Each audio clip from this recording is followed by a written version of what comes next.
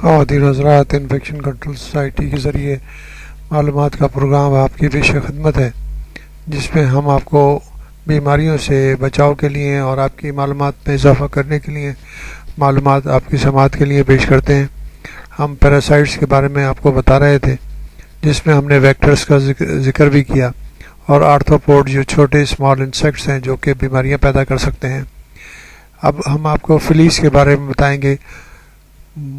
زیادہ تر فلیز جو ہیں وہ کلینکل سگنیفیکنس کی ہوتی ہیں۔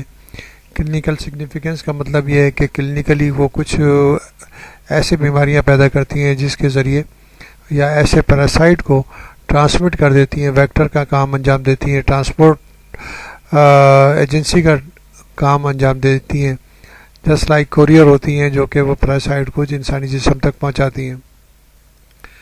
تو یہ کافی حد تک جو ہے کلینکل سگنیفیکنس یہ ہوتی ہے، کیونکہ ان کو توڑنا، ان کے سائیکل کو توڑنا، ان کو روکنا بہت ضروری ہوتا ہے اگر بیماریوں سے بچنا ہے۔ مگر ایک جگیگر فلی جسے چیگیو کہا جاتا ہے، یہ ایک سیریس پیسٹ ہے اور ٹراپیکل اور سب ٹراپیکل ریجن میں پایا جاتا ہے۔ ڈائگنوسس جو ہے ٹنجیوسس کی جو ہے وہ نارتھ امریکہ میں تو ریئر ہے، بلکہ ایپیڈیمولوجیکلی یہ جو فشنگ ولیج ہے جو سیرا اسٹیٹ میں وہاں پر پایا جاتا ہے، اور نارتھ ایسٹرن برازیل میں یہ پایا جاتا ہے، جہاں پر 51% پاپولیشن جو ہے اس کے سے انفیسٹڈ ہو سکتی ہے۔ بہت سیکسز میل اور فیمیل جو ہے بلڈ کے اوپر زندہ رہتے ہیں۔ فیمیل فلی جو ہے آفٹر انسیمنیشن جو ہے برو کرتی ہے اسکن کو، اور اسکن کو خاص طور پر ٹو کی اسکن کو اور سول کی اسکن کو، یعنی پیروں کے اسکن کو یہ برو کرتی ہے۔ برو کرنے کے بعد یہ فیمیل جو ہے اس کا سائز بڑھتا چلا جاتا ہے، اور جو کہ ایک پی کے برابر ہو جاتا ہے۔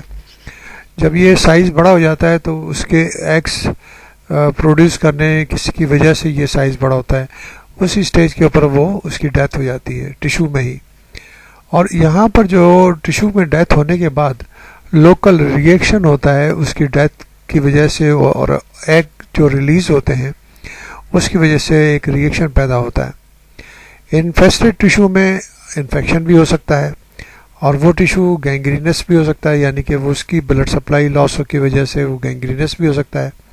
مگر یہ کہ آٹو ایمپوٹیشن جو ہے وہ انکامن ہے۔ اس کا ٹریٹمنٹ جو ہے سمٹومیٹک کیا جاتا ہے، جو بھی تکلیف ہے اس کو دور کرنے کی کوشش کی جائے۔ انفیسٹیشن جو ہے وہ فزیکلی ریموو کیا جائے، سیکنڈری انفیکشن کو اینٹی بائیوٹک کے ذریعے ٹریٹ کیا جائے۔ ہائیجینیکلی امپرومنٹ بہت ضروری ہے۔ جس علاقے میں اس کی انفیسٹیشن ہو وہاں پر شوز کا پہننا بہت ضروری ہے، تاکہ اس قسم کے جو پیراسائٹ ہیں، آرتھروپوڈ پیراسائٹ ہیں، وہ جسم میں داخل نہ ہو سکیں اور مسائل پیدا نہ کر سکیں۔